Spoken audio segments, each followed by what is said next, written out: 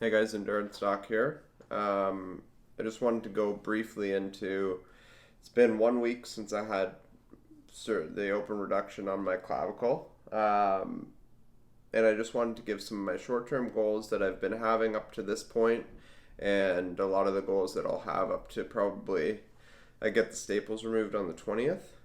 Um, I would like I so focusing on three different things initially: reducing pain, reducing swelling, and improving the body brain connection. So that neural network between this area, my clavicle, and the sort of the surgical area, and my brain, trying to make sure that everything is working synergistically together. So one, reducing swelling. So that was a lot to do with initially after the incident, and actually I do still have a little bit of swelling. I was just noticing too. This pec is definitely a little bit more swollen than this guy. But initially after the surgery, so I had a nerve block put into my brachial plexus, so I couldn't move any of these muscles in my forearm and my hand, which caused a fair amount of swelling and redness all up into my hand. Pretty well 14 hours, say, after my surgery, that nerve block wore off, and I was able to contract my muscles, and that just helped shunt all the blood sort of back to the rest of my body, and that swelling went down, I would say, within, I don't know, 24 hours. I was able to say wear my Oura ring back on this finger, and things felt like they were pretty good again. Um, as for reducing pain, initially the pain wasn't that severe. Going back to swelling too, I have been taking some. It's curcumin, which is like an anti-inflammatory. I've been taking about what 800 milligrams twice a day, I believe it is. But it's going to be a little bit less potent than something like Advil, but hopefully come with less potential for side effects than Advil. So that's kind of why I've been taking that supplement for that anti-inflammatory effect. Next, moving on to pain. My pain has been pretty low grade since actually the crash on my bike. Um, Initially, didn't feel much pain after the surgery, mostly because I had that nerve block. As that nerve block went away, it more felt like sort of bruising in the area, but that actually could see that because there was some bruising around that incision site. Pain, as honestly, the pain has been pretty minimal. I would say the maximum pain was 3 out of 10. Maybe on Tuesday or Wednesday of this week. On Friday, there was a little bit of change in sensation. So my like anterior delt and like upper pec, I didn't have much feeling. There was still a little bit of numbness, and there's still a tiny bit of numbness in that area. But as that's been going away, especially Friday night, I could feel a little bit more fullness in this shoulder, and I think that was just generally as that sensation came back. That fullness feeling has sort of gone away, and now the shoulder is definitely feeling like it's moving pretty good. It's definitely a little bit more like getting up above 90. I can feel it a little bit more. But overall, the pain hasn't been bad. I took a few like 400 milligram Tylenols. I believe it was Monday. I took one Monday night and one maybe Monday morning. But since then, I haven't had to take any Tylenol, which has been nice, or any pain medication. The main part that I have been focusing on, now that like the pain is reduced, the swelling has all sort of mostly gone away, is improving that, like I said, that body brain connection. So there's been a few ways that I've been trying to do that. One is through optimizing my body's environment to heal, right? So you only heal at the rate of that your body can heal. There's no way to heal faster than that, right? Their only option is healing slower than that. So all you can really do is provide that optimal environment for your body and ask it to adapt and ask it to heal at that optimal speed. So there's a few things I've been doing. The first thing that is super important is trying to get 8 to 9 hours sleep at night. The first, up until maybe, so I was working towards that, right? So the first night after the crash, so Saturday night, I probably got like 4.5 hours. It was super uncomfortable. I had to sleep sitting up. It wasn't very comfortable. The next night after the surgery, again, not the most comfortable sleep. Got maybe 5.5 hours. Slowly since then the next night 7. Then the next night I think 7:50, and then 8 and 8. And I've been getting around, I would say on average about 8:05 to 8:10 hours of sleep at night,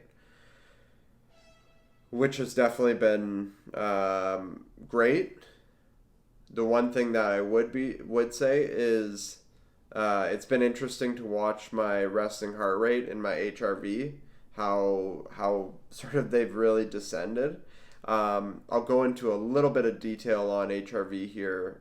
So initially after the accident, in the first 2 or 3 nights of the surgery, so to give reference, my typical HRV probably ranges from, I don't know, 160 to maybe 195, 200 milliseconds. And so what HRV is the variation in milliseconds between heartbeats. Most people sometimes think of a heartbeat beating like a metronome, but actually a healthy heart doesn't beat like a metronome. There is more variability between heartbeats.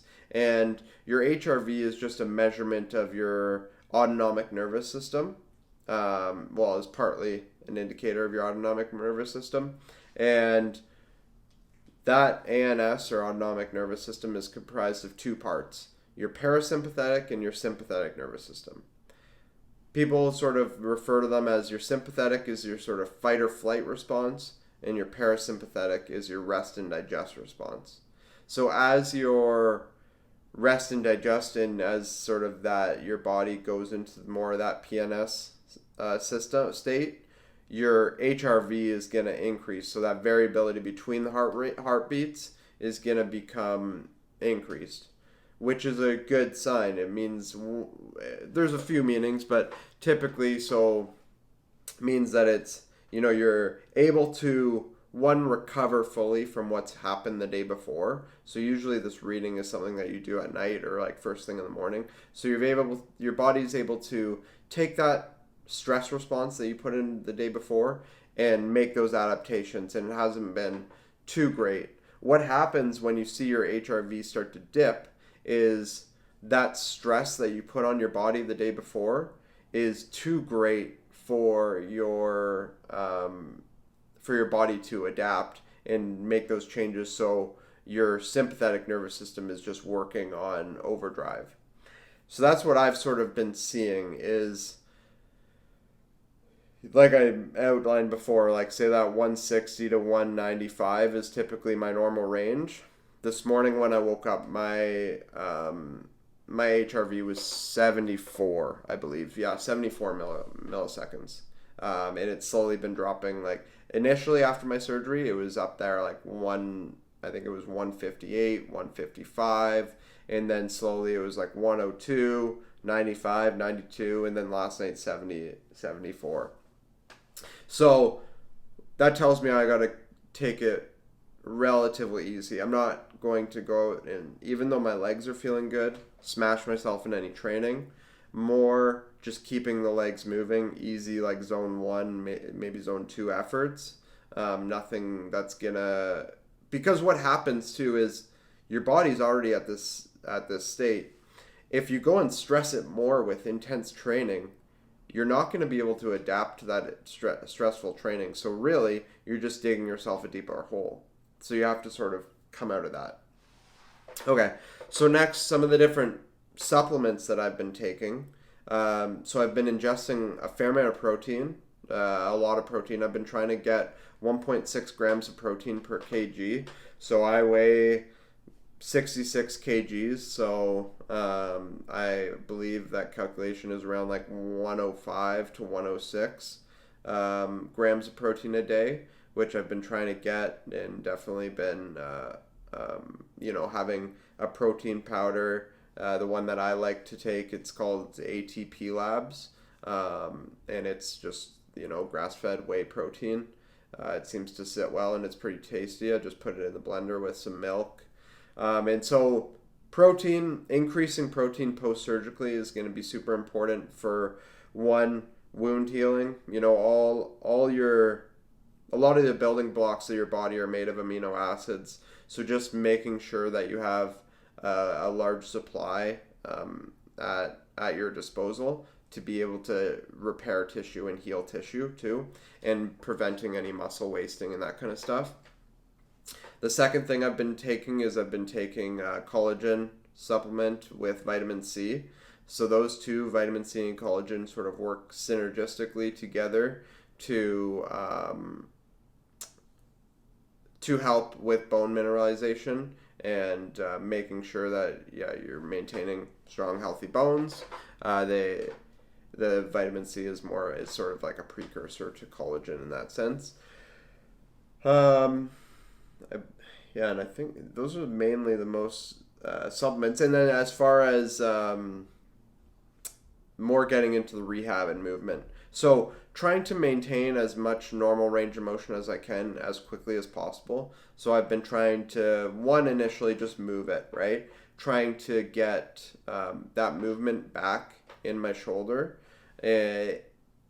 Making sure that it's not too much. Again, almost similar principle to the HRV. You want it to be enough that your body can adapt and not too much that your body's going to not be able to repair fast enough that with the load that you're putting it on.